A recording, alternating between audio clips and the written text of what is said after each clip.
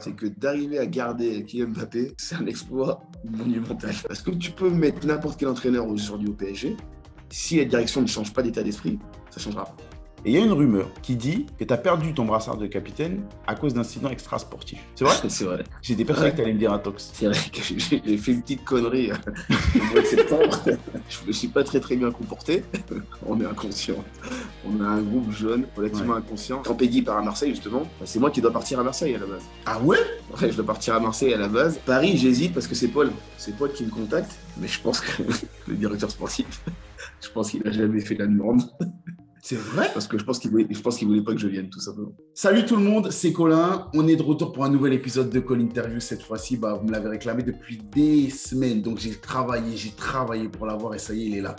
Sydney Govou, comment tu vas? Très bien, merci. Mais avant qu'on commence, oui, j'ai besoin de vous les copains. Alors on lâche un petit like, on lâche un petit abonnement, on lâche un petit commentaire. Bref, exprimez-vous, montrez que vous kiffez. Parce que sans vous, je peux pas aller bien loin et il n'y aura pas de beaux noms comme ceux qu'on a eu jusqu'ici. Alors, s'il vous plaît, je compte sur vous. Maintenant, je vous embête pas plus longtemps. C'est parti. Sydney, tu es en forme, hein? T'es beau. On sent que t'es tout entretien, monsieur. Hein?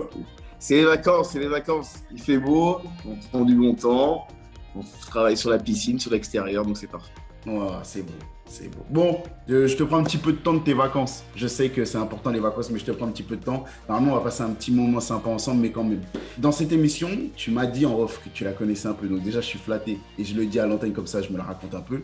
Mais tu le sais, on aime bien parler un petit peu du foot et de la vie avant le foot. Alors pour toi, j'ai cru voir que le foot, comme tu me dis, c'était pas forcément une priorité très tôt, que les études étaient plus ce que tu ambitionnais un petit peu, que c'était plus ça que ton sérieux était, vers ça que ton sérieux était dirigé. Ça a duré combien de temps? À quel moment tu dis c'est bon le foot, c'est bon pour moi? Vraiment très tard, à l'âge de mes 17 ans, quoi. En fait, l'année d'avant. L'année d'avant mon arrivée en moins de 17 nationaux, j'avais fait une grosse saison, mais en junior. Alors, ça n'existe plus junior aujourd'hui. Je jouais déjà, je crois que j'avais 16 ans. Il m'arrivait déjà à jouer avec les seniors de mon petit club. Et lors des premiers stages de pré-saison en moins de 17 nationaux, j'avais déjà été repéré par Nantes. Okay. Mais avant la saison, en fait. D'accord. Donc, pendant cette pré-saison, je vais faire un stage à Nantes. Et il s'avère que Nantes voulait me recruter à ce moment-là. Je me rappelle bien, c'était Guy Lyon, je crois, qui était le recruteur du FC Nantes en jeune, qui après est parti à Chelsea. Comme c'était une année décisive pour mes études, j'avais refusé. Parce que j'avais considéré que j'avais mon bac en fin d'année, que c'était plus important de j'ai mon bac. Et après, un an après, ça m'a rattrapé avec des clubs comme Auxerre, Le Mans Cuiseaux, Nantes qui était revenu, Lyon. Donc plusieurs clubs à ce moment-là en fin d'année qui me voulaient. Et j'avais fait un deal avec ma mère, il fallait que j'ai mis mon bac directement pour pouvoir, s'il le voulait, rejoindre un centre de formation. D'accord. Tu rejoins l'OL, l'équipe première de l'OL, en 99, si je ne dis pas de bêtises. Alors, j'arrive en 97 à Lyon, je rentre avec les ponts en 99, c'est ça. Ouais, c'est ça. Sous les ordres de Bernard Lacombe. Oui. Bon, dis-moi, parce que si tu arrives à te rappeler un petit peu de comment tu vis les choses, tu es à Lyon dans une équipe avec pas mal de talents quand même à l'époque. On parle de Sonny Anderson, on parle de Pierre Lègle, on parle de Tony Vérel. Il y a des noms déjà. Toi, en tant que jeune joueur, comment tu vis l'entrée dans ce vestiaire-là? Comment ça se passe pour toi? On va dire que ça s'est passé en 2 temps. Avant de signer pro, j'étais souvent déjà avec eux, je m'entraînais régulièrement. Ouais. Mais moi, je ne suis pas un caractère trop imposant, donc je m'étais plutôt de mon côté. Je faisais ce qu'on me demandait de faire, je m'entraînais, je jouais quand on me demandait de jouer, sans trop me poser de questions. Et je n'étais pas forcément intégré à la vie de groupe, parce que plus vite je pouvais retourner avec mes potes du centre de formation de la Rivière, mieux je me sentais. Donc c'était cool, donc j'étais assez relâché. Avant, c'était un système totalement différent. C'est-à-dire que quand tu es jeune, limite, tu n'as pas ton mot à dire. Tu écoutes, tu suis, tu dois te faire ta place sur le terrain. Et même si sur le terrain, tu es performant, tu resteras toujours le petit jeune. Donc, tu dois faire certaines choses. Tu dois faire certaines choses. Et tu as beau être bon, tu les fais. Parce que c'est comme ça, c'est la hiérarchie, le droit d'aînesse. D'accord. Donc, tu n'échappes pas au traitement du bizutage, entre guillemets, classique du foot, mais il y a quand même un accueil bienveillant. Comment ça se passe? Comment ils sont les autres vis-à-vis de toi? Oui, c'est bienveillant parce que je pense que je suis pas le mec chiant, je suis pas le mec qui me la raconte. Donc, ils ont vite vu que j'étais à l'écoute. Je pense que c'était le plus important d'être à l'écoute des plus anciens. À partir du moment où tu es à l'écoute, ils te font rien ressentir, quoi. Ils t'intègrent si tu as envie d'être intégré. Après, oui, tu portes les sacs, tu ranges les ballons, tu portes la cage, tu fais le deuxième intendant quand on part en voyage. Avant, il n'y avait qu'un intendant, maintenant ils sont 10. Donc, tu portes les sacs de maillot, tu portes les sacs de ballons à l'aéroport, tu les mets dans l'avion, tu fais tout ça. Mais c'est pas grave, ça faisait partie du système, tout simplement. Cette saison-là, si je ne dis pas de bêtises, encore une fois, tu m'arrêtes, mais c'est 7 matchs, 2 buts. Vous terminez troisième derrière Monaco et le Paris Saint-Germain. On ne parlait pas autant de prêts, il n'y avait pas un tel business sur les jeunes joueurs. Tu sais, aujourd'hui, les prêts, les clauses de rachat, tout ça, ça va bon train dans le foot. Mais à l'époque, ce n'était pas ça. Mais toi, quand même, tu es dans un club important qui finit troisième. Est-ce qu'il n'y a pas cette envie de, tu sais, crainte de perdre de temps de jeu, tout ça, bouger un peu? Non, moi je me rappelle quand j'ai signé pro, justement la saison d'après, c'est où je suis pro réellement, on me l'a proposé. Je signe mon contrat avec, on est 4, je crois, du centre de formation à signer. Je crois qu'il y a Roland Vira, Olive Bernard et Fred Ribeiro et moi. Et Roland Vira, c'était mon pote. En plus, on était tous les deux attaquants. On est convoqués dans le bureau de Jacques Santini, qui était directeur sportif à l'époque, qui nous dit voilà, vous avez signé tous les deux 4 ans. Par contre, devant vous, il y a Sonny, il y a Tony, ils allaient recruter Steve Marley. Ouais. Et il nous dit clairement, vous allez être 5e et 6e attaquant. Il nous dit voilà, on a une solution, vous pouvez être prêté. Mon pote Roland, qui était à Lyon depuis très longtemps, décide d'être prêté. Parce que voilà, ça faisait depuis l'âge de 14 ans qu'il était là, donc peut-être il y avait un trop-plein. Moi, je venais d'arriver il y a 2 ans, 3 ans à peine. Je me suis dit, même si je suis 5e, 6e, tu vois, je vais découvrir ce que c'est le réel milieu professionnel parce que je ne m'étais jamais intéressé avant. D'accord. Malgré la concurrence. Ouais, parce elle en aurait fait pas l'air plus d'un quand même, la concurrence. Elle fait un peu peur. On parle de Sonny Anderson, il laisse pas beaucoup de place aux autres. Il y a Jacques Santini, tu m'en as parlé. À l'époque, il est directeur sportif, si je ne dis pas de bêtises, c'est ça que tu m'as dit. Il finit par entraîner l'équipe. Et on sent que sous son aile, tu pètes, quoi. Tu vois, on parlait d'un petit gamin qui découvrait le haut niveau. Tu bascules à 43 matchs, puis 41. Enfin, on sent un joueur qui ça y est, devenu un membre à part entière de cette équipe-là. Qu'est-ce qui fait pour que ce déclic-là, il soit enclenché, c'est toi? Qu'est-ce qui est fait? J'ai travaillé, c'est simple que ça, j'ai travaillé. L'année d'avant, on m'a donné ma chance de rentrer dans le groupe, donc j'ai plus ou moins saisi. Le but, c'est de signer pro, j'ai signé pro. Derrière, le but, c'est de jouer. Et pour jouer, il faut bosser. J'avais peut-être du retard à rattraper du fait que je n'ai pas vraiment été formé. Il y avait des codes de football que je n'avais pas spécialement, mais j'avais cette envie, j'avais aussi cette fraîcheur. Et après, voilà, le foot, c'est le foot. Une fois que tu performes, on te donne ta chance. Une fois qu'on te donne ta chance, il faut la saisir. Et quand tu la saisis, on te la redonne une deuxième fois. Et de là t'installer. Mais voilà, c'était le jeu de la concurrence. J'ai volé ma place à personne. J'ai gagné ma place sur le terrain. Et tu me dis, tu n'es pas passé par un centre de formation. Ça veut dire que du coup, tu avais un petit retard, etc. Mais ça se traduit par quoi? Qu'est-ce qui fait que ton développement il est retardé un petit peu par ces manques-là? Alors, déjà, c'était athlétique. Quand je suis arrivé en 97, athlétiquement parlant, c'était compliqué. Quand tu passes de 2 jours d'entraînement par semaine, plus au match au week-end quand tu peux, tu arrives, tu entraînements tous les jours, tu doubles le mardi, le mercredi, il faut jouer le dimanche. J'ai passé les 6 premiers mois, voire les 9 premiers mois, très, très compliqués de façon physique. Mais justement, je pense que ce qui a fait la différence, et j'en parle à mes entraîneurs, c'est qu'athlétiquement parlant, malgré le fait que j'avais beaucoup de manques, j'étais vraiment solide, j'étais costaud. Donc, j'ai pu encaisser cette charge de travail. Ouais. Et après, j'ai un football qui est très intuitif. Parce que déjà, je suis attaquant. Je suis attaquant. Donc, quand tu es attaquant, c'est plus facile d'être intuitif que quand tu es défenseur. Ouais. Et voilà, je suis généreux dans l'effort. Donc, ça a plu. Donc, c'est vrai qu'après, il y a eu les codes du foot. Après, j'apprends très vite. Tactiquement, pas de problème de me mettre dans un système ou un autre. J'apprends très vite parce que j'ai toujours considéré que c'était un sport collectif, donc tu es forcément en train de jouer par rapport à ton coéquipier. Donc, tu n'as pas le choix, il faut apprendre les déplacements de ton collègue, il faut aussi qu'il apprenne de toi, tes déplacements. Il faut échanger en dehors, il faut échanger avec ton coach qui veut que tu fasses certaines choses. Ouais. Et ça, c'est une de mes qualités, c'est que j'ai très, très vite appris les aptitudes tactiques que tu n'apprends pas forcément quand tu es plus jeune. Et après, il y a la technique. La répétition fait que tu deviens un joueur technique. Moi, j'avais moins de répétitions que les autres, donc c'était un peu plus compliqué.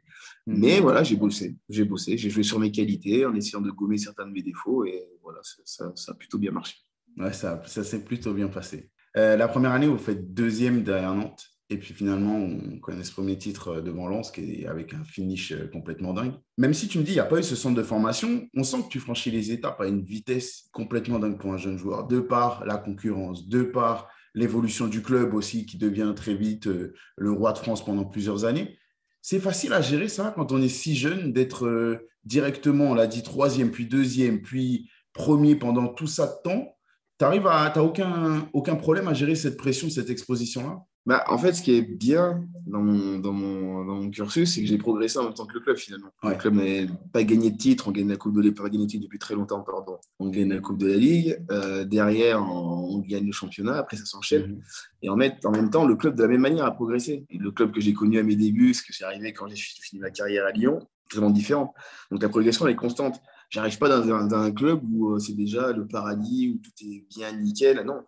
Ouais. Moi, j'ai connu au départ Lyon, les gens venaient à côté du vestiaire te demander un autographe, les journalistes sortaient du vestiaire, ils tendaient le micro, ils te faisaient l'autographe, et petit à petit, ben, ça a évolué, donc on n'avait plus le Ouais. droit, les gens ne venaient plus, il y avait des barrières, après c'était filtré à l'entrée pour regarder les entraînements.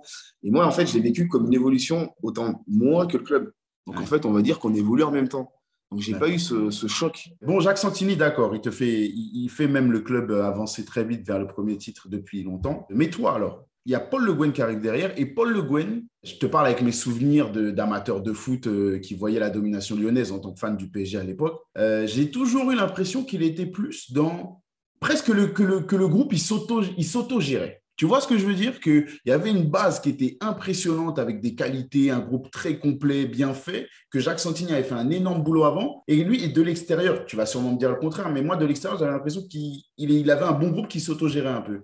C'est ça ou je suis à côté de la plaque? Non, je pense que c'est pas ça. C'est que Jacques avait un groupe de joueurs beaucoup plus âgés, moins talentueux, mais un groupe qu'il a réussi à emmener au premier titre.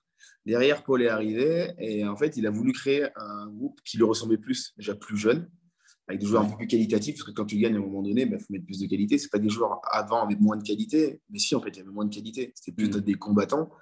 Et quand Paul arrive, il met un an, on va dire, à réussir à vraiment gérer son groupe. Donc, première année, on est champion, avec un mix entre certains joueurs qui arrivent et d'autres qui étaient du premier titre. Et le deuxième titre, par contre, il y a une grosse bascule, la deuxième année à Paul, où là, on sent qu'il y a beaucoup plus de joueurs. On est beaucoup plus jeunes déjà. Mhm. Mais on n'est pas en autogestion, c'est qu'on est fou. On est inconscient. On a un groupe jeune, relativement Ouais. inconscient, alors de grosses qualités. Je Ouais. parle à Michael, à Gila, à Juni, Flo Malouda, Abi, tout ça, à Anto, toute l'équipe. Mais on est jeune et on n'est pas bien, on est fou. Ouais. On ne calcule pas en fait. On ne calcule pas parce on est sûr de notre force, parce qu'on est content, on est heureux. Donc lui, je sais que des fois, il a peut-être eu du mal à gérer ça. Ouais. Parce qu'il l'a dit, il y a des fois des entraînements où ça pouvait partir un peu dur. Mhm. Donc il avait du mal à gérer cet excès d'engouement. Et des fois, cet excès de folie à l'extérieur aussi, parce qu'on Ouais. on a tapé des fuseaux ouverts où on était incontrôlable. Mais ça faisait le charme de cette équipe, justement. Ok. Et ça, parce que tu me dis, non, enfin, la folie. Aujourd'hui, on parle dans le foot, rigueur, il faut que tout soit carré, il faut que ce soit strict. Mais là, tu me parles de folie, de joueurs qui sont jeunes, mais il y a des fois où ça débordait un peu. Et vous, ça Non, jamais, mais, ça a été un obstacle dans non, mais votre. par contre, dans le travail, on a toujours été sérieux. Dans le travail, les D'accord, ok. entraînements, c'était quelque chose de très sérieux. J'ai rarement vu. C'est à partir de cette époque où j'ai aussi changé de ma façon de voir la chose, c'est-à-dire qu'à l'entraînement, j'ai rarement eu d'entraînement aussi sérieux, aussi dur physiquement, aussi dur dans les contacts. Pour moi, des fois, c'était plus compliqué que le match. J'ai vécu Ah des ouais? entraînements. Ah oui, mais quand tu as Gila, tu as Michael, tu as Chris, des trucs comme ça sur le dos, il y a des fois, les entraînements, c'est pas, c'est pas tout le temps marrant. Donc là, je te dis ceux qui jouent, il y a ceux qui jouent pas, qui veulent jouer. Il fallait être costaud. Ouais, Et ouais. la folie que je te dis, c'est par exemple des délires aller en mise au vert, quelqu'un se met à chanter, à gueuler. C'est pas de la folie extra football, c'est vraiment de la folie D'accord. entre nous, dans le vestiaire, où il y a toujours un mec qui fait le con, raconte des blagues, qui est insupportable. En fait, c'est cette image-là de folie que je veux dire. Et c'est vrai que le D'accord. coach, de temps en temps, il avait un peu du mal parce que c'est un breton, donc il est un peu plus carré que ce que l'on était. Mais je pense qu'il l'a bien vécu parce qu'au final, il essayait de nous faire des remontrances, mais le week-end, on était là. Ouais. C'est vrai que vous répondiez présent. Mais là, moi, je trouve justement, alors, c'est un peu contradictoire avec l'autogestion dont je t'ai parlé, mais on sent que le club, il s'installe au sommet, quoi, tu vois, sous Paul Le Guen. On sent qu'il y a une qualité qui est encore en train de monter d'un cran, tu me l'as dit. Alors, tu m'as dit les entraînements, ils sont plus rigoureux, mais lui, qu'est-ce qu'il apporte? Est-ce que c'est lui qui est à l'origine de ces entraînements avec un niveau plus élevé, ou est-ce que c'est le groupe simplement qui s'instaure par la qualité du groupe? Mais qu'est-ce que lui, il met en place dans le jeu, en dehors du jeu, pour que l'OL passe un cap? Bah, déjà, c'est lui qui a instauré le 4-3-3. Ouais, Déjà, ça, c'est vrai. on peut lui Ça, dire c'est vrai. bravo que toujours jouer en 4-4-2 et là on joue en 4-3-3 parce que Juni s'installe comme étant vraiment le patron. Il faut lui faire une place et comment on joue pas. Donc il décide qu'on opte pour le 4-3-3 quasiment Ouais. tout le temps. Et déjà, ça, c'est déjà un grand changement parce que les gens ne se rendent pas compte. À l'époque, personne ne joue comme ça. Quasiment. Ouais. On est l'une des premières équipes, en tout cas en France, à mes souvenirs, à opter pour ce schéma tactique. Et après, ce qu'il nous apporte, c'est aussi ce côté sérénité. Parce que c'est pas non plus quelqu'un qui est excessif, qui va dans gueuler, qui va... Non, il est plutôt assez calme. Et je pense qu'on avait besoin aussi de ce côté calme. Parce que des fois, bah oui, là, tu as l'impression que tout était rose, tout n'a pas toujours été rose. Hein. Il y a eu des conflits, que ce soit moi avec un tel avec un autre. Il arrivait toujours plus ou moins à bien gérer le conflit parce qu'il était calme. Et aussi, il a ce côté intègre. Il n'est pas tricheur ni menteur. Il arrive à te dire les choses que des fois, tu n'as pas envie de les entendre, mais il te les dit avec une façon relativement calme. Et je pense surtout que c'était l'entraîneur qu'il nous fallait pour un groupe comme ça. Tu mets un autre entraîneur qui est beaucoup plus directif, je ne suis pas sûr qu'on ait les mêmes résultats derrière. Il nous faisait confiance, mais on devait lui rendre cette confiance. Tu m'as dit que le groupe, il gagnait en qualité. Ça se confirme par les... Je vais citer des noms, ça renvoie à des souvenirs, ça fait rêver. Les Nilmar, les Wiltor, les Pierre-Alain Fro, Elbert, Benzema, Louis Doula, bref. Les noms, ils défilent, tu vois, et ils sont beaux. Toi, tu es un jeune joueur, on l'a dit, qui n'a pas connu cette intensité de concurrence très jeune par le centre de formation où on te cadre directement en te disant « faut performer, il faut performer ». Il y a un moment quand même où tu connais un coup d'arrêt un peu parce que l'exigence est plus élevée, parce que justement la concurrence est plus lourde. Est-ce qu'il y a une difficulté particulière que tu rencontres à ce moment-là? Non, dans mes années avec Paul, non, pas spécialement. Après, je me pose certaines questions c'est très personnel. C'est la question, je me dis, tu joues bien, tu es toujours l'un des meilleurs à ton poste, tu fais dans tous les matchs, mais à chaque année, on te met un mec concurrent à ton poste. Donc, à un moment donné, tu te dis, bon qu'est-ce qu'ils veulent? Ils veulent que je craque, ils veulent quoi? Mais après, ça ne donne pas envie de partir, ça? Par exemple, ça ne donne pas envie de partir? J'ai voulu partir vraiment une fois, mais c'est après. Ouais, à cette époque-là, je ne voulais pas spécialement partir. Non, j'étais bien. Après, ce qui s'avère, c'est que les mecs qui viennent à mon poste, à un moment, c'est Pierre-Alain Fro, après, c'est Nino. Et en fait, il s'avère que c'est plus ou moins des potes. Donc, le mec, il arrive, je ne suis pas le faux cul, mais je m'entends bien avec Nino, je m'entendais très bien avec lui. Pierre-Alain Fro, je le connaissais très bien aussi. Donc, il s'avère que c'est des mecs, voilà, c'est des gens qui sont plutôt cool, sympas. Donc, ouais, j'ai dit, bah, s'il y a concurrence, il y a concurrence. Moi, ça ne me dérange pas tant qu'elle est vraie, tant qu'elle est saine, et tant que le meilleur joue. Voilà, après, c'est pas grave. Si je ne joue pas, ça veut dire que il faut que je fasse tout pour jouer. Je ne suis pas en quête de jouer dans l'absolu, je suis en quête de faire ma place. Et quand on l'endroit où tu es bien, bah, tant mieux. Après, je sais qu'à un moment donné, j'aurais pu partir même avant, l'année où il y a Paul. Ouais. Quand Peggy part à Marseille, justement, bah, c'est moi qui dois partir à Marseille à la base. Ah ouais? Ouais, je dois partir à Marseille à la base. C'est pas Diouf c'est pas Pop qui est à Marseille. Je dois partir à Marseille et en fait, Paul ne veut pas que je parte. Ok. Donc, le Marseille se rabat sur Payet. Et Payet, il ne veut pas partir non plus, mais il est en train de renégocier son contrat avec Lyon. Et Lyon lui dit, bon, de toute façon, on ne pourra pas te donner ce que Marseille te propose. D'accord, ok. Donc, ça voulait dire un petit peu, si tu pars, c'est pas plus mal. Voilà, le foot, c'est ça, en fait. Mais toi, alors tu me dis que Paul, il t'empêche de partir, mais toi, personnellement, tu étais ouvert? Ouais. À partir du moment où on me montre pas qu'on veut me garder, moi, je ne resterai pas par force. Si tu me dis, je veux plus de toi, je dis, bah, cool, je vais essayer de trouver une porte ailleurs. Si tu me dis, je t'aime bien, reste, mais tu auras une concurrence, bah, je vais rester et on va voir avec la concurrence. Moi, j'ai toujours été réglo avec mon club et j'ose espérer, même si on n'a pas toujours été, le plus des gens en face de moi le plus réglo possible. De me dire, je ne veux plus de toi parce que pour telle raison, on a trouvé quelqu'un meilleur à ton poste. Je dis, OK, bah, voilà, dans la vie, on peut se séparer correctement. Je vais essayer de trouver une porte de sortie et tout le monde sera content, basta. Mais en tout cas, ça n'a jamais été le cas. Ils n'ont jamais trouvé meilleur, entre guillemets, ou sinon meilleur, mais beaucoup plus cher. Pas meilleur. Ouais, c'est vrai qu'au final, comme tu dis, dans le texte, mais sur le terrain, on verra. On ne saura jamais. Comme tu dis, finalement, ça s'est bien fait, vous deux. Enfin, toi, quand je dis vous deux, c'est toi et l'OL. Au final, à chaque fois, c'est toi, tu évolues. Le club, même s'il avait voulu chercher plus haut, toi, tu es au même rythme et ça se goupille bien. J'ai une question, alors c'est complètement subjectif et c'est tes goûts à toi selon comment tu l'as vécu et ce que tu voyais des résultats. Est-ce que cette période-là, sous Paul Le Guen, malgré les autres titres qui sont venus après, malgré la belle période sous Gérard Rouillet, malgré le passage en demi-finale de Ligue des Champions qui vient plus tard aussi, est-ce que c'est quand même l'OL le plus fort que tu aies connu? Pour moi, oui. Pour moi, c'est la... Alors, je ne sais pas si c'est la troisième ou la deuxième année. Ouais, la troisième, pour moi, quand il y a Nino, il y a tout le monde. Je pense que c'est la meilleure équipe qu'on ait eue. Je pense que c'est entre la troisième. Ouais, je pense que c'est la meilleure équipe. Ouais, c'est la meilleure équipe qu'on ait eue. En fait, c'est l'équipe qui correspondait le mieux à mes qualités de footballeur et à ce que je pense du foot. Ouais. Voilà, beaucoup plus d'un football total. On jouait beaucoup d'activités, beaucoup de rythme, beaucoup de côté athlétique. Et même en dehors, tu vois, beaucoup d'amusement entre nous, plaisir de se lever le matin pour être entraîné. Voilà, pour moi, c'est l'équipe dans laquelle je me suis mieux senti et je pense que c'était la plus forte. Je pense que si on doit gagner, c'est la dernière. Enfin, quand on perd comme Eindhoven, je pense qu'on a la meilleure équipe en Ligue des Champions. Et oui, après, certains vont comparer aux années où Gérard Rouillet. Je pense qu'on a un profil totalement différent. Mais pour moi, la meilleure équipe, ça restera celle-ci. Quand tu me dis football total, moi, je me rappelle d'un Noël où le danger, comme tu dis, venait de partout. C'est-à-dire que, alors, il y avait des buteurs. T'en fais partie, il y avait des buteurs. Il y a eu Fred, il y a eu des buteurs. Mais on sentait que, en dehors de Juni, en dehors des arrières même qui pouvaient monter, mettre des buts, on sentait que le danger, à part le gardien, tout le monde pouvait mettre un but. Est-ce que ça, c'est quelque chose qui a été instauré volontairement dans le discours, dans la préparation des matchs, dans le projet mis en place par le coach, cette volonté d'un danger permanent qui vient de partout? Ou est-ce que c'est simplement la force d'un groupe qui gagne et qui prend confiance et qui va un peu plus de l'avant? C'est quoi? Après, c'est toute la problématique entre ce que j'entends aujourd'hui, un coach qui vient avec des idées et les joueurs. C'est-à-dire qu'un coach peut venir avec les idées qu'il veut. Si tu n'as pas les joueurs, ça ne sert à rien. C'est vrai. C'est vrai. Moi, on m'explique que ce coach-là, il a des idées, c'est pour ça qu'il signe là-bas. Mais quand il est avec ses idées, s'il n'a pas les joueurs, il ne peut pas faire. Et là, en fait, c'est que des joueurs, on en a sorti une idée. Ce qui, pour moi, est plus logique. Ça s'est fait comme ça. Pour toi, c'est exactement ça ma question. Ça s'est fait comme ça. Je pense que Paul avait une idée du football. Ouais. Et en arrivant à Lyon, il a trouvé des joueurs qui adhéraient à son idée. Mais il n'avait pas eu besoin de raconter un milliard de choses comment jouer. Voilà, le 4-3-3, des principes de jeu très simples. Sur les côtés, ça dédouble, ça joue à deux. On respecte le dédoublement de ton latéral. S'il fait 50 mètres, il faut lui mettre parce que sinon, il ne le fera plus. Du jeu combiné à 3. Tu fermes toujours, comme on joue avec un seul attaquant, le milieu opposé doit venir fermer au deuxième poteau. C'est que des trucs de football très simples. Ouais. Après, l'animation, ça dépend de la qualité des mecs, ça dépend athlétiquement parlant, parce que c'était quand même amusant.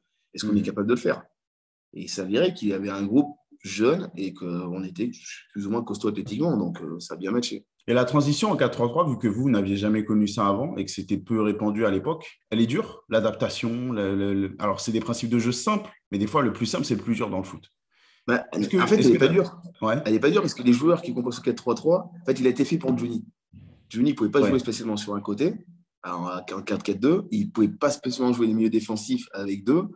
On ne jouait pas avec deux attaquants, on jouait sur deux attaquants, mais sans 10. Donc, à un moment donné, comme tu te rends compte que c'est certainement l'un de tes meilleurs joueurs, il faut l'intégrer dans un schéma.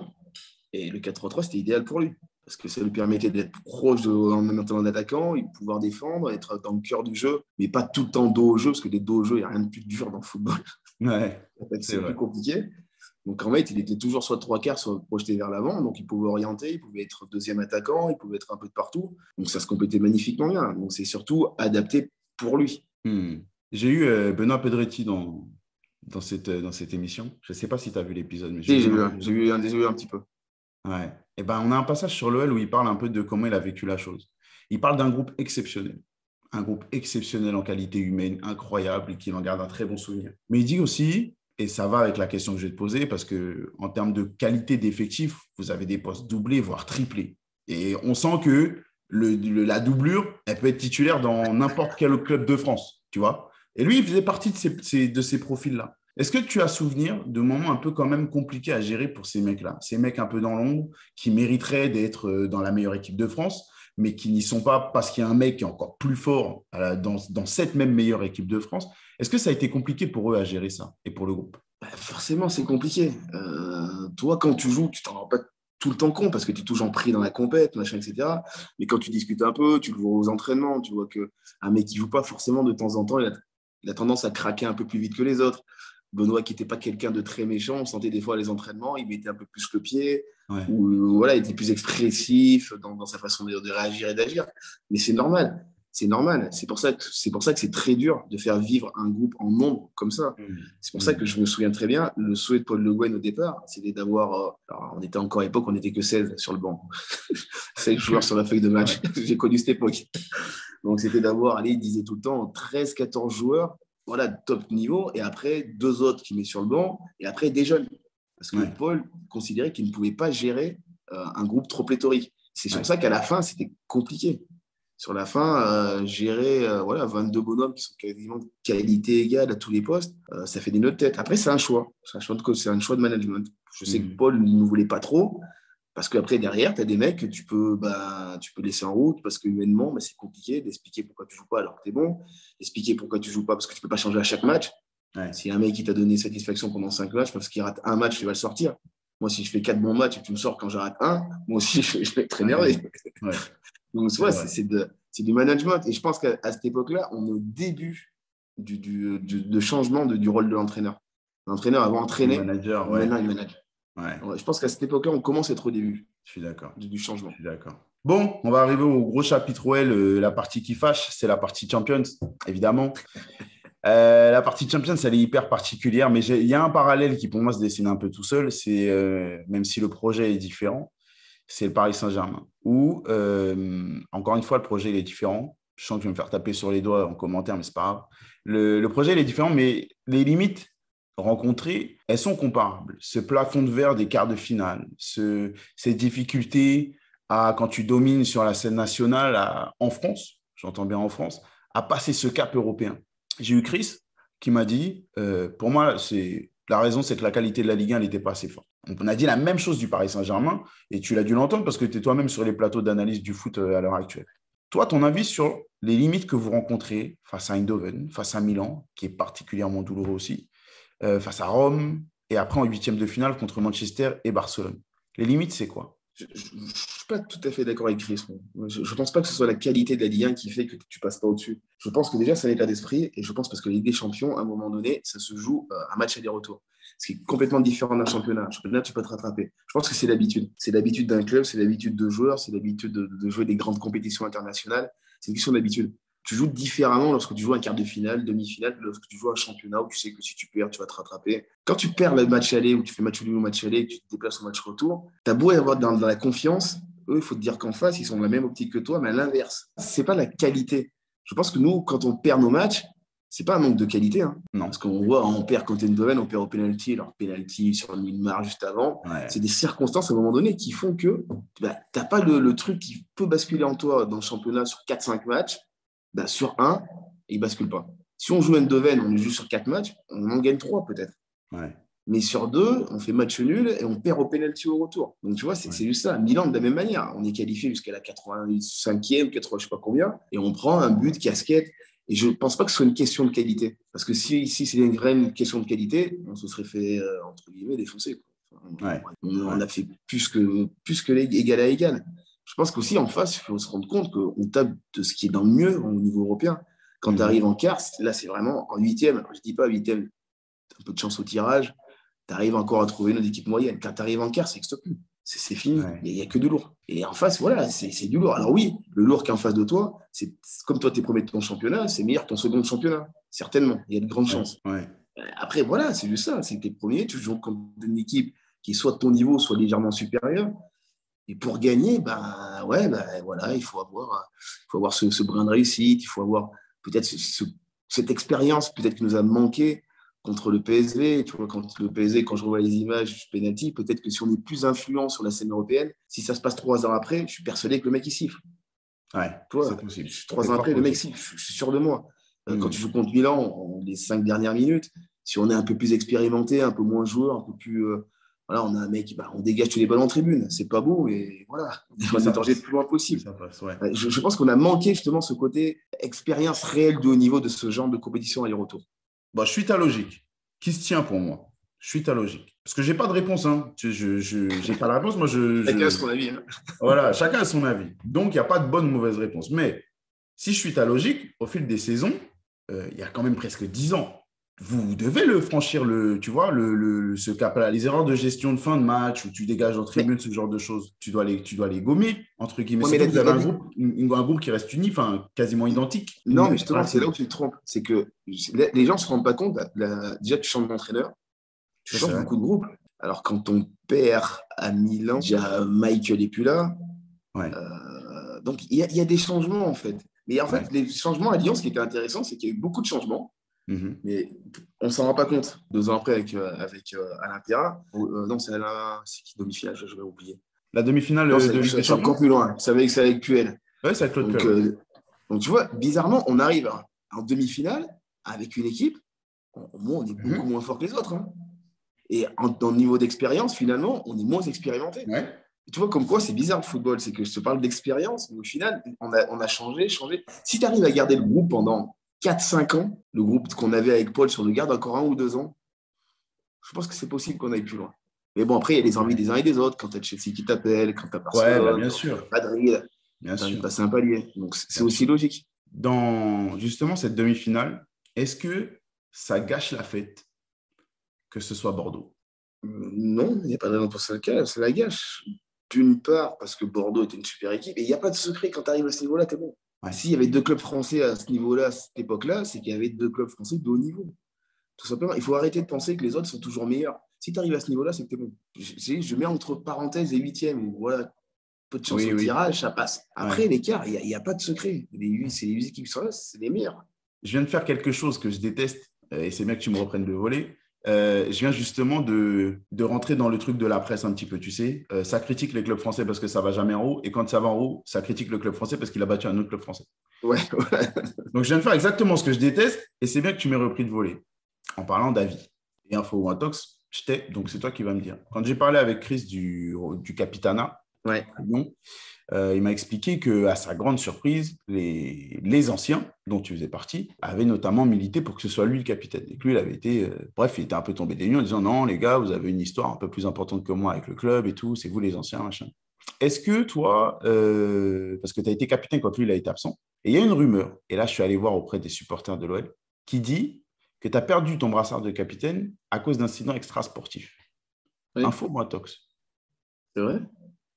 C'est vrai? C'est vrai. J'étais persuadé que Ouais. tu allais me dire intox. Qu'est-ce qui s'est passé? Non, non, non. Alors, la première année à Claude, je crois, Claude, il nomme Chris capitaine Ouais. quand il arrive.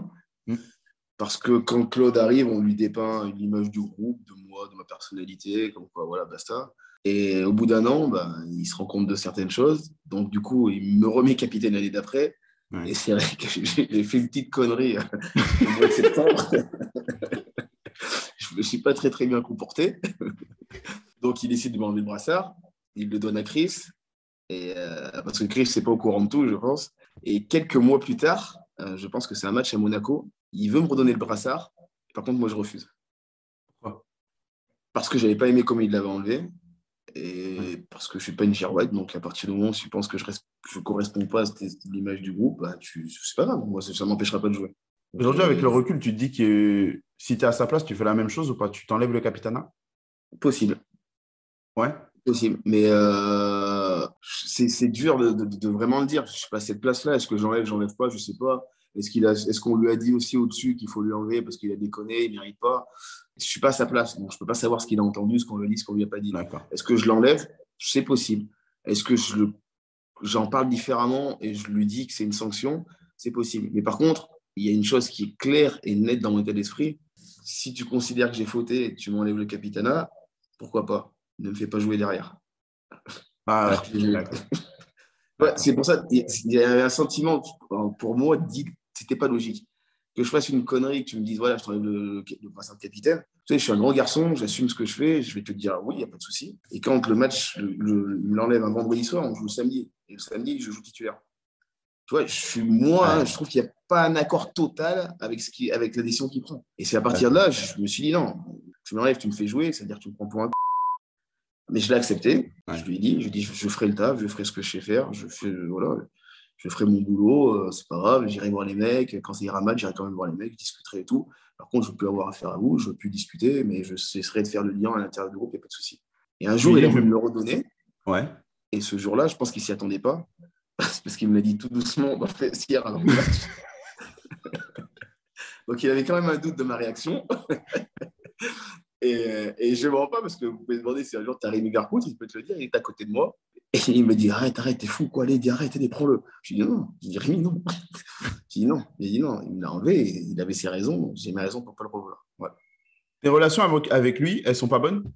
Parce que lui, il Avec m'a. quoi? Alors, je remets le contexte. Chris me dit, quand il est arrivé, il a changé des choses qui fonctionnaient, qui étaient instaurées dans le vestiaire. Il est arrivé aussi avec ce rôle-là, de venir pour chahuter un petit peu ce vestiaire-là qui avait tendance, selon certains, à être un peu trop pépère. Et il les chahute et il se retrouve à être un petit peu en conflit avec les anciens, notamment parce que tout n'est pas accepté. Est-ce que ça fait qu'il y a une mauvaise relation, notamment avec toi? Et est-ce que tu te reconnais dans ce que tu entends là de ma part? Non, non, Ah non, non, pas mais tout. Claude, oui, mais Claude, c'est clair et net. Il est arrivé parce qu'on lui a dit voilà, il faut changer les habitudes, il faut mettre de l'ordre, etc., etc. On sortait d'une année avec Alain où c'est vrai que c'était un peu plus folklorique. Et bon, même dans le folklore, on fait le doublé. Donc, dans la vie, il faut aussi faire attention à ce qu'on veut changer et ce qui a marché qu'il ne faut pas changer. Ouais. Et c'est vrai que son arrivée, elle a été un peu, entre guillemets, spectaculaire, quoi. Il a tout révolutionné. Et c'est vrai que moi, personnellement, alors je parle pour moi, moi je peux le dire, je n'ai pas forcément tout bien compris. Je pense qu'on est beaucoup dans ce cas-là, à pas comprendre pourquoi autant de changements, pourquoi changer des choses qui marchaient plutôt bien. Alors oui, faire évoluer les choses, prendre le temps de regarder, de se dire, voilà, ça marche pas, ça ne marche pas, mais d'arriver sans prendre le recul nécessaire et déjà de connaître les mecs et d'observer, je pense que son erreur, elle a été là. Après, maintenant, si tu lui donnes les pleins pouvoirs, tu dis, il faut tout changer, et je connais un peu Claude, ça lui plaît, bah forcément, il fait ce qu'on lui dit. Ouais. Et en l'occurrence, je n'ai pas de mauvais rapport avec lui, hein, puisqu'aujourd'hui, on se croise encore, on est aux variétés, on s'est croisé plusieurs fois au bord de terrain. C'est quelqu'un que j'apprécie, on s'est même croisé une fois en vacances. C'est quelqu'un que j'apprécie, je discute avec lui, je n'ai pas de soucis. Après, j'ai toujours dit, j'aime pas forcément votre manière de comment on dit, pas de coacher, de manager. Mais moi, c'est quelqu'un d'appréciable, c'est quelqu'un de droit, de juste. Après, je considérais qu'on avait déjà gagné avant et que tu ne peux pas arriver tout chambouler sous prétexte qu'on avait vécu une saison un peu plus folklorique que les autres. D'accord. Je ne voulais pas te relancer sur le sujet, mais ça allait un petit peu avec le discours d'au-dessus, notamment Jean-Michel Aulas, qui voulait resserrer la vis un petit peu. Tu sais, quand il fait venir Claude Puel, c'est justement pour ça. Est-ce que c'est une mauvaise analyse d'en haut, plus que de la part de Claude Puel ou quoi? Je ne sais pas. Je pense qu'on arrive à un moment, peut-être que le président considérait que si on continue, on est dans le mur. C'est lui le président. C'est lui qui doit faire des choix. Et c'est pour ça que je dis Claude, je ne veux pas du tout, parce que je pense qu'il a seulement mis en application ce qu'on va dit faire. Ouais, d'accord. Son boss lui dit il fait, ben, il fait. Il a été choisi pour ça. Maintenant, est-ce que c'était la bonne solution? Au vu des résultats, j'ai envie de te dire, pas forcément. Ouais. Y a beaucoup de joueurs qui vivent ça et qui décident de partir. La liste, il y a Juni qui part notamment. Toi, tu pars pas. Pourquoi tu pars pas? Je pars pas parce que je crois que la première année, je fais pas une très bonne saison. Je voulais pas partir sur un truc moyen. Et je pars pas parce que j'avais pour ambition de renégocier et de prolonger. D'accord. Je voulais rester tout le temps. En fait, je m'étais dit, ouais, j'arrive à 30. Je m'étais dit, t'arrives à prolonger 2-3 ans. Tu restes à Lyon, c'est cool, c'est bien, t'es bien. C'était dans mon ambition. Et après, il s'avérait que de ma connerie, emmener d'autres choses et que finalement, je prolonge pas. La connerie, elle mérite tout ça, franchement. Elle mérite qu'on remette en question. Parce que bon, Capitana, allez, à la rigueur, tu ne joues pas pendant 3 matchs, on t'enlève le Capitana, bon, allez. Mais de là à remettre en cause ton histoire un petit peu quand même avec l'OL, parce que la prolongation, c'est un peu ton histoire avec l'OL quand même. Ça mérite tout ça. C'est des choix de dirigeants, c'est pas moi qui choisis. Si eux ont décidé que ça méritait, ça leur appartient, c'est pas moi. Après, je pense qu'ils considéraient qu'il fallait peut-être partir sur un nouveau cycle. Voilà, Juni venait de partir, Gray venait de partir. Bon, Chris était là un peu moins longtemps que nous, donc se dire, voilà, on va garder quelques anciens qui sont peut-être un peu plus structurés que lui pour incorporer des jeunes. Je ne sais pas, peut-être que Claude avait cette idée-là en tête, en se disant, voilà, on va changer, peut-être qu'il est usé, peut-être que finalement, il ne va plus réussir à se remotiver, donc ça ne sert à rien. Peut-être que ça va être un frein de développement parce qu'il va devenir un contre-pouvoir trop important. Tu sais, ça reste du foot, mais ça reste aussi assez politique quand même, c'est stratégique. Surtout dans des cas, des contrats en longue durée comme ça, c'est stratégique. Ouais. Donc, moi, je ne peux pas te dire. Moi, je sais que j'aurais aimé rester et j'aurais voulu le faire. Mais bon, ça ne s'est pas fait. Pas pour ça que j'en veux aux gens qui ont décidé que je ne reste pas. Ça fait partie du foot, il faut l'accepter. D'accord. Bon, la dernière question, elle va être joyeuse sur ton histoire avec l'OL, c'est le fameux 5-5. Parce que je ne peux pas avoir un acteur aussi important du 5-5 et ne pas en parler.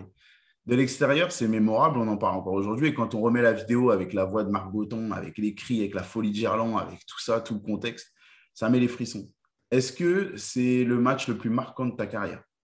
Marquant, peut-être pas, le plus fou, certainement. Ouais. Marquant, mais j'ai des matchs beaucoup plus marquants que ça, comme le premier titre. Le match du premier titre, ça marque. Mais, c'est-à-dire, tu ne peux pas l'oublier, et c'est le match le plus fou. 5-5. Le scénario est extraordinaire.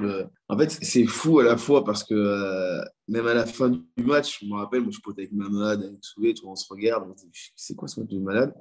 Tu vas dans le vestiaire, tu te dis, putain, c'est quoi ce match de fou? Mais après, quand tu redescends, tu as le côté compétiteur football qui reprend le dessus. Et tu te dis, putain, quand même, avec 5-4, ça aurait été mieux parce qu'on me laisse, tu vois, tu réfléchis à des choses comme ça. Tu mènes 2-1, tu arrives à revenir, tu perds 3-2, tu arrives à revenir à 4-3, 5-4. Ouais. et tu perds sur une acrobatie de tout à l'heure, après, tu dis, ouais, au niveau comptable, on n'est pas dedans. Et après, tu as les années après où voilà, tu te dis, ouais, c'est un match de fou. C'est un match de fou. Toi, en interne, tu te souviens que vous lâchez l'affaire à un moment? Est-ce qu'à un moment, quand vous êtes mené de 2 buts, vous vous dites Non, non, non. Je pense pas qu'on lâche l'affaire. Non, on lâche pas l'affaire. Tu es à Gerland, tu es à domicile. Tu peux pas lâcher l'affaire. Tu peux pas parce que non, tu peux pas. Tu as des mecs comme Lisandro, il ne lâchera jamais l'affaire. Un mec comme ça, tu as Michel, hein, tu peux pas. Tu as Mireille, on a une grosse équipe encore. Y a pas, enfin, vous avez une grosse équipe là. Hein. Lyon, c'est pas une équipe. Enfin, moi, de ma génération, on ne peut pas lâcher. Tu peux perdre des matchs, mais tu ne peux pas lâcher. Impossible. Je m'en veux, il y a une question que j'ai oublié de te poser parce que j'ai été pris par la conversation. C'est ton histoire de non-départ au Paris Saint-Germain. Qui est moi, et moi j'étais un petit à l'époque et je voyais en grand Govou au PSG, tu vois, j'en rêvais, tu vois. Est-ce que tu peux me raconter, avant les dernières questions, est-ce que tu peux me raconter comment ça se fait et surtout comment ça se fait pas? Qu'est-ce qui se passe à ce moment-là? Parce que tout à l'heure, tu m'as dit, tu as hésité à partir, c'était ça? Alors, j'ai hésité à partir, c'est pas quand je dois aller à Paris. Hein. Enfin, Paris, j'hésite parce que c'est Paul. C'est Paul qui me contacte, de Gwen. Je ne suis pas très, très bien à Lyon à cette époque-là, parce que c'est Gérard et je ne m'entends pas spécialement bien avec lui. Et Paul me dit, voilà, comme Paul, c'est quelqu'un de très carré, mais il explique à mon agent, moi, je crois que je joue au téléphone à mon agent, il dit, voilà, ça te dirait de venir. Je dis, ouais, pourquoi pas. Il me dit, alors, on va faire les choses dans l'ordre, je vais demander à mon directeur sportif de faire une demande à l'OL en bonne et due forme pour que tu faire une offre pour que tu viennes à Paris. Je lui dis, oui, pas de souci, mais je pense que le directeur sportif, je pense qu'il n'a jamais fait la demande. C'est vrai? Parce que je pense qu'il voulait pas que je vienne, tout simplement. Ah ouais? Ma conclusion, elle était là. Voilà.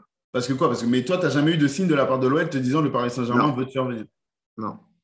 Et après, quand j'ai Paul, là, plusieurs fois après, il me dit, l'offre, la demande n'a pas dû être faite. C'est incroyable, d'accord. Et donc, du coup, l'épisode où tu veux partir, c'est quoi alors? Si c'est passé, moi, quand je veux partir, c'est à Liverpool. C'est en 2006. Exactement. D'accord. Je dois partir à Liverpool d'ailleurs. Et ça ne se fait pas dans les derniers instants parce que l'OL a du mal à trouver quelqu'un pour me remplacer. Donc, tant qu'ils n'avaient pas trouvé quelqu'un, et vu que c'était à la fin du mercato, c'était au mois d'août. C'est là parce que j'ai connu une période au mois d'août où je me suis embrouillé, non. Au mois de juillet, on fait la prépa et Gérard Houllier décide de me mettre à l'écart du groupe en me disant voilà, je compte pas sur toi l'année prochaine. Commence à trouver un club. Donc, c'est la première fois réelle où je sais que le club ne veut plus de moi. Voilà. Toutes les autres fois, il va partir, le club ne veut plus. Ça, c'est truc de journaliste. Voilà. Ouais. C'est la seule fois, 2006, où je sais que le club me dit clairement, tu vas partir. Je n'ai pas de problème. Donc, j'arrive à trouver une porte de sortie plutôt agréable en fin de mercato. Bon, j'en avais d'autres, mais je n'étais pas intéressé. Et à Liverpool, j'étais intéressé. Et il fallait que Lyon trouve un remplaçant. Poste pour poste. C'est pour ça que ça ne se fait pas. Ouais, parce qu'ils ne trouvent pas. Ah, c'est incroyable. Donc, à partir du moment où ils ne trouvent pas, moi, ils ne me laissent pas partir. Et on te dit pourquoi on veut te faire partir? C'est quoi? C'est juste les goûts et les couleurs du coach? Ouais, tout simplement. Et comme quoi, le foot est étrange, je reste et je fais une saison à plus de. Je vais faire mon 40 matchs. Bah, c'est ce que j'allais te dire. C'est bien, c'est hyper logique par rapport au stade. C'est cool. Et ben, c'est comme ça, c'est le football, c'est la magie du foot. Le pire, c'est que je ne pars pas parce qu'ils m'interdisent de partir. Ouais. Je reste, je prolonge en mois de septembre. Parce que je rentre de France-Italie où je marque le doublé. Je fais le doublé, je rentre. Donc, c'était mois de septembre, donc fini le mercato. J'arrive et voilà, on m'applaudit, bravo, t'as vengé les Français, machin, etc. Et je crois, dans le mois d'octobre, je prolonge. Mais c'est quoi? C'est le football. C'est le football. Du coup, ils ont regardé le match. C'est incroyable ce que tu me racontes. Non, mais je ne pense pas que ce soit le match qui est fait que, ou je ne sais pas pour quelle raison.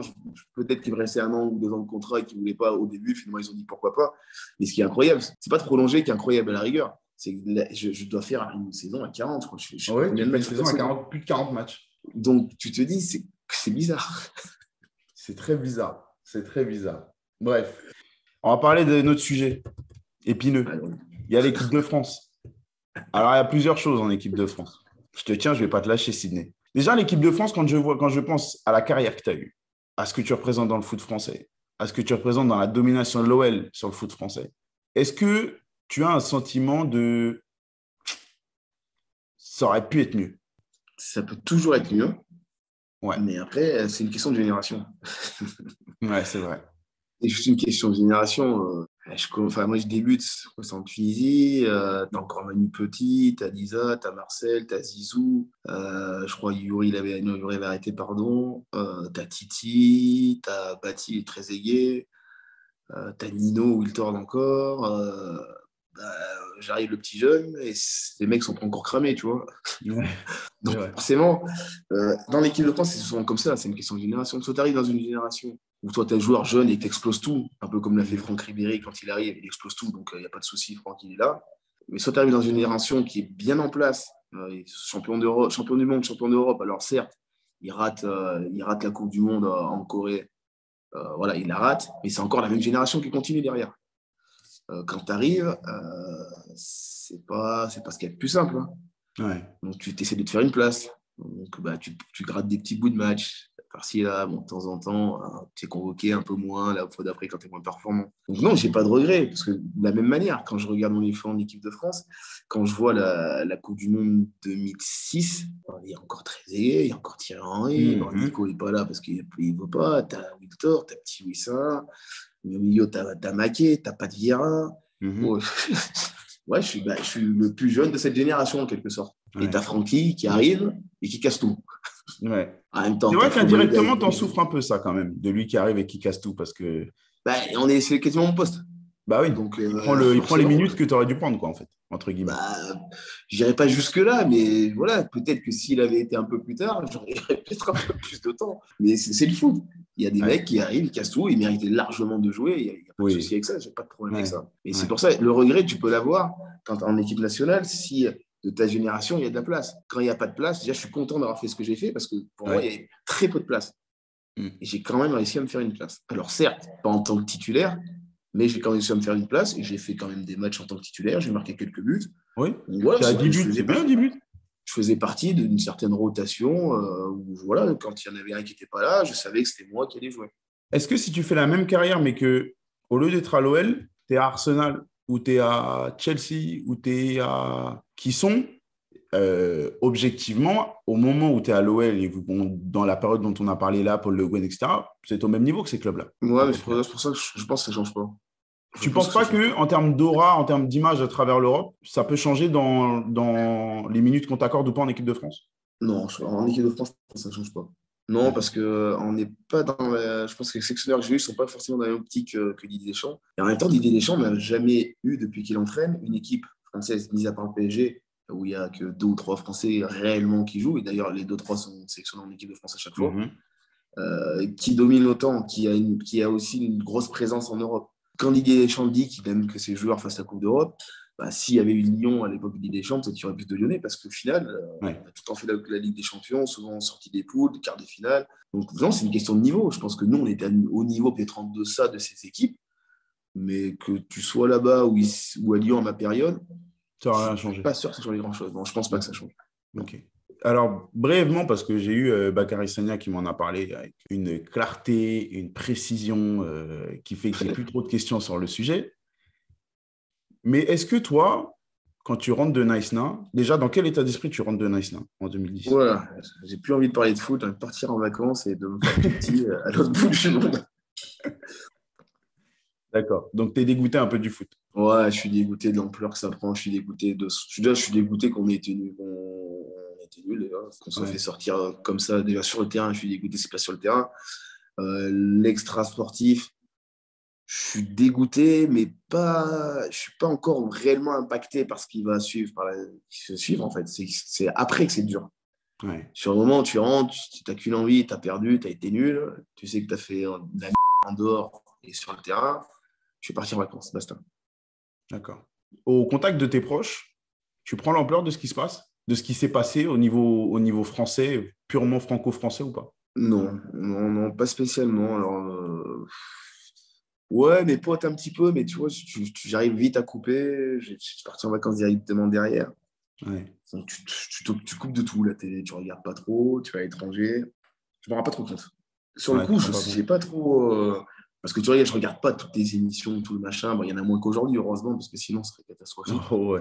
Donc, du coup, non, je fais pas trop attention à tout ça. Et du coup, je suis pas spécialement impacté parce que déjà, en plus, moi, je chine directement en Grèce. Ouais, c'est ce que j'allais te dire, ouais. Donc, je suis pas en France. Je ne dis pas que la Grèce et la France, quand t'en Grèce, quoi. Ouais.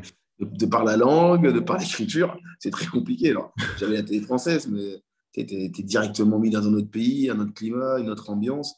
Donc déjà, les gens autour ne t'en parlent pas forcément. Alors, mes coéquipiers à l'époque m'ont dit 2, 3 mots, mais pas spécialement. Mais c'est après. C'est que quand tu reviens en France, quand tu entends, forcément, la télé française, tu commences à prendre la mesure des choses. Et en même temps, c'est démesuré par rapport à ce que toi, tu as vécu de l'intérieur. Ça, c'est très compliqué à expliquer. Mais bon, voilà, c'est une partie de l'histoire du football français. Non, mais c'est important ce que tu me dis là, parce que ça me fait tiquer un peu quand tu me dis que c'est disproportionné par rapport à ce que vous avez vécu. Je suis hyper curieux d'entendre ce que tu veux dire par là. Qu'est-ce que ça veut dire Parce que les mots étaient mal interprétés. On parle de grève, il faut arrêter de parler de grève. Ouais. J'ai raconté Rosine Blachelot qui vient nous voir, qui raconte qu'elle a vu une bande de voyous. Il faut arrêter de dire n'importe quoi. Ramaya qui vient. Les gens, en fait, ils se sont appropriés cet échec, enfin, surtout ce moment-là, pour faire de la politique. Comme ça va, à partir de là, tu regarderas tous les événements dans le football, même avant, c'est depuis la main de Titi pour la qualification. Ouais. C'est une récupération politique, mais tout le temps du côté négatif. Le côté positif, bon, on sait, quand il y a la finale de Coupe du Monde, le président est là, tout le monde est content, la France est belle. Et là, c'est dans un système où tu ne contrôles plus rien. Et vous étiez la bonne cible, il fallait taper dessus, quoi. Il fallait taper dessus pour être bien vu. Oui, parce que c'était. Après, moi, il y a une conjoncture aussi. Il faut regarder l'histoire. Parce qu'il ne faut pas regarder l'acte en lui-même. Il faut regarder, je pense que c'est le début des chaînes d'infos américaines. C'est le début de l'info en continu. Ouais. Donc, à un moment donné, il faut alimenter la chose. Parce que si tu fais la même chose 4 ans avant, tu n'as pas des images en continu de nous dans le bus, on ne peut pas descendre. C'est vrai, ce que tu dis. C'est vrai ce que tu dis. Tu aurais une image au 20h TF1, ouais, c'est vrai. Machin, mais tu n'aurais pas eu ce truc en continu, ce fil continu sur. Alors, je dis TF1, alors je ne sais pas où c'était. Hein. Je crois que c'était sur quelle chaîne de télé en continu. Je crois que c'était LCI, il me semble. Ouais. Pas de bêtises. Ce sont des premières en France. Tu n'aurais pas eu ce tour de questions. Parce que quand tu fais le com, quand ils filment une grève ou des conneries comme ça, les mecs sont sur le plateau, il faut bien dire quelque chose, il faut meubler. Donc ils parlent. Il parle. Et plus tu parles, plus tu as de chance de dire des conneries. C'est vrai, cette histoire de chaîne en continu, c'est vrai que ça joue un rôle quand même. C'est très bizarre. Bref, en parlant de bizarre, et là, c'est mes 2 questions de la fin, parce que monsieur est consultant, donc on va le faire bosser un petit peu en tant que consultant. Benzema. On parle que de lui cette année, tu ne vas pas y échapper, donc je vais te parler de Benzema. J'ai envie d'entendre quelque chose de nouveau. Et le nouveau que j'ai sur Karim Benzema, c'est son statut de leader au Real Madrid. Que ça, je n'avais jamais vu avant dans toute sa carrière. Les yeux, ils sont sur lui. Tu vois, ses coéquipiers, ils le regardent lui. Et pourtant, on parle de mecs comme Modric, comme Kroos, des mecs qui sont de très haut niveau. Est-ce que ça, tu l'as senti venir, ça? Toi qui as été privilégié dans son éclosion et tout, est-ce que tu l'as senti venir, ça? Non, je n'ai pas senti venir.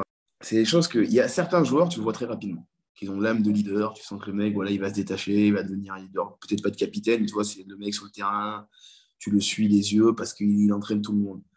Karim, ce n'était pas forcément évident au début, parce que déjà, quand il est arrivé, il était jeune, très jeune, parce que c'est notre génération, on ne faisait pas forcément la part belle aux plus jeunes. Tu vois, ils étaient bons, mais on ne les laissait pas forcément s'exprimer.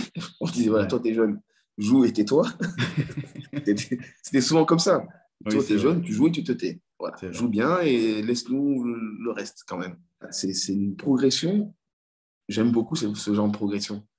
Parce qu'il ne s'est pas affirmé en tant que leader. Il a dit, je vais gagner ma place sur le terrain. Il l'a gagné sur le long terme. Il est devenu un leader parce qu'à un moment donné, ses performances sportives ont fait que.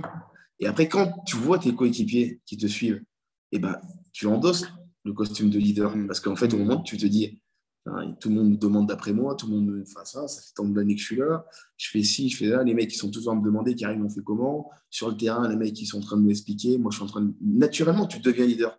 Et alors, est-ce que c'était visible? Non. Si tu le deviens de cette manière-là, c'est qu'à la base, c'était pas comme ça. On parle quand même aujourd'hui, on voit des débats. Henry ou Benzema? Tu es sur Twitter, je sais que tu es sur Twitter. On voit aujourd'hui j'ai regardé comme ça.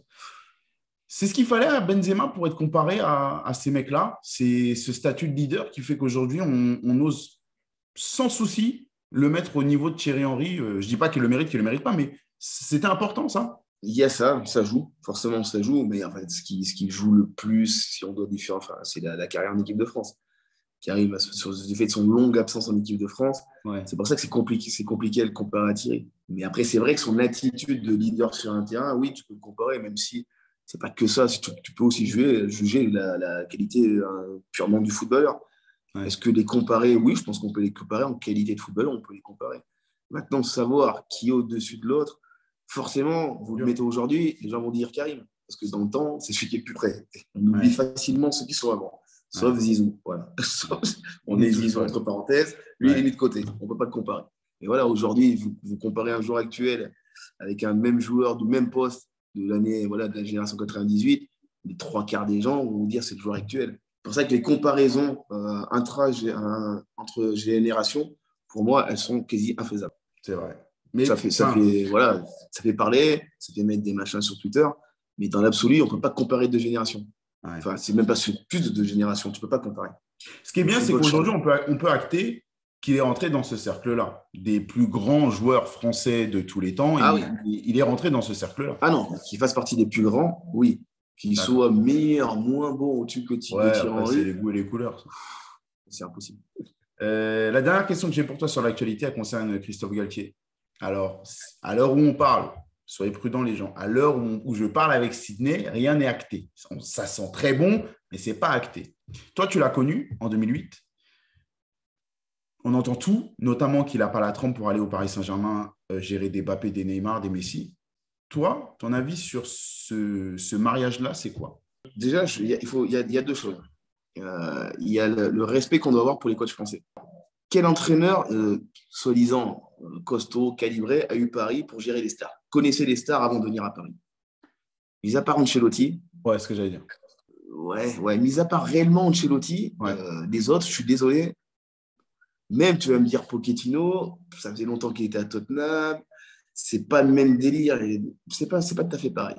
Ouais. Moi, mis à part Ancelotti, tous les autres, pour moi, ils n'avaient pas géré de stars. Alors oui, ils avaient des principes de jeu comme ça, ils avaient des bons principes. Ah ouais, magnifique. Ouais.